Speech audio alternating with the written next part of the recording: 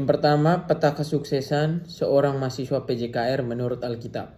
Menurut Alkitab, kesuksesan bukan hanya diukur dari prestasi akademik atau jasmani, tetapi dari keselarasan hidup dengan kehendak Allah. Peta kesuksesan seorang mahasiswa PJKR dapat saya jelaskan sebagai berikut. Yang pertama, takut akan Tuhan sebagai dasar hidup. Takut akan Tuhan adalah permulaan pengetahuan pada Amsal bab 1 ayat 7. Mahasiswa PJKR yang sukses menjadi Tuhan sebagai fondasi dalam belajar, berlatih, dan bersikap. Yang kedua, disiplin dan bekerja keras. Dalam olahraga dan pendidikan jasmani, disiplin sangat penting. Alkitab menegaskan segala sesuatu yang kamu perbuat, perbuatlah dengan segenap hatimu seperti untuk Tuhan. Pada Kolose bab 3 ayat 23. Bagian ketiga, menjaga tubuh sebagai bait Allah. Tubuhmu adalah bait Rohmu Kudus. 1 Korintus bab 6 ayat 19 sampai 20. Mahasiswa PJKR dipanggil menjaga kebugaran, kesehatan, dan sportivitas. Yang keempat, kerendahan hati dan karakter Kristus. Kesuksesan sejati terlihat dari karakter, jujur, rendah hati, dan bertanggung jawab. Mika bab 6 ayat 8. Bagian kelima, mengandalkan Tuhan dalam setiap rencana. Serahkanlah perbuatanmu kepada Tuhan, maka terlaksanakanlah segala rencanamu. Pada Amsal bab 16 ayat 3. Yang kedua, konsep Imago Dei dan hubungannya dengan Hera.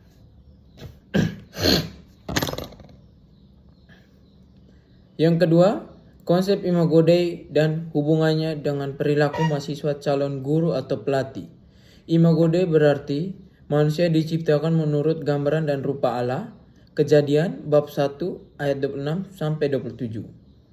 Konsep ini menegaskan bahwa setiap manusia memiliki nilai, martabat, dan tanggung jawab ilahi. Hubungan dengan perilaku.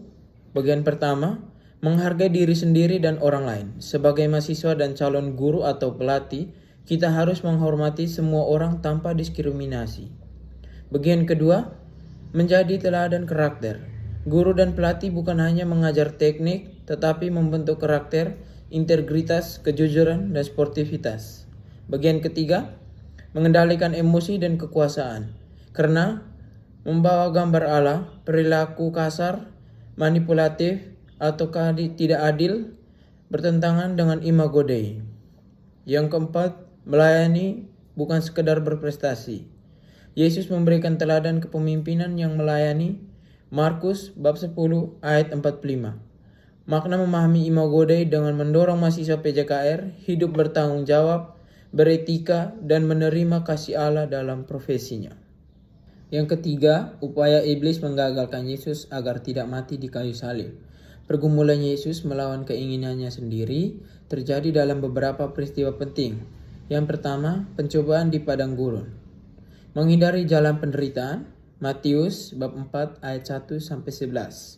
Iblis menawarkan jalan pintas, namun kuasa tanpa salib. Yesus menolak dan taat pada firman Allah. Yang kedua, teguran Petrus. Matius bab 16 ayat 22 sampai 23. Petrus berkata agar Yesus tidak menderita, tetapi Yesus menjawab, "Enyalah iblis, karena itu adalah usaha menggagalkan rencana keselamatan." Yang ketiga, pergumulan di Taman Getsemani. Matius bab 26 ayat 39. Yesus berdoa, "Jika mungkin biarlah cawan ini lalu." Namun ia mendudukan kehendaknya kepada kehendak Bapa. Yang keempat, ejekan di kayu salib. Matius bab 27 ayat 40 sampai 42. Yesus dicoba untuk turun dari salib dan menyelamatkan dirinya, tetapi ia tetap taat sampai mati. Yang keempat, keselamatan dikembalikan kepada rancangan semula. Keselamatan adalah proses pemulihan manusia kepada rancangan Allah semula sebelum jatuh dalam dosa. Yang dikembalikan, pertama, hubungan manusia dengan Allah. Dosa merusak relasi, tetapi melalui Kristus hubungan itu dipulihkan. Roma bab 5 ayat 1. Yang kedua, gambaran dan rupa Allah. Imago Dei. Karakter manusia diperbarui. Efesus bab 4 ayat 24. Tujuan hidup manusia. Manusia kembali hidup untuk memuliakan Allah. Keempat, kekudusan dan ketaatan. Manusia dipanggil hidup benar sesuai kehendak Allah. Jadi, keselamatan bukan hanya masuk surga, tetapi pemulihan total untuk hidup manusia. Bagian kelima. 5 hal positif dari mata kuliah pendidikan agama Kristen dan 2 masukan untuk pedosen. 5 hal positif yang didapat.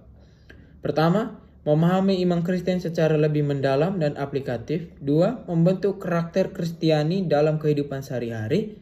3. Menumbuhkan sikap toleransi dan kasih terhadap sesama. 4. Menjadi pribadi yang lebih reflektif dan bertanggung jawab. 5. Mampu mengintegrasikan iman dengan profesi sebagai calon guru atau pelatih. 2 masukan untuk pedosen. Yang pertama, metode pembelajaran lebih variatif atau diskusi, studi kasus, refleksi praktis. Yang terakhir, kedua, materi dikaitkan lebih banyak dengan konteks mahasiswa PJKR dan dunia olahraga.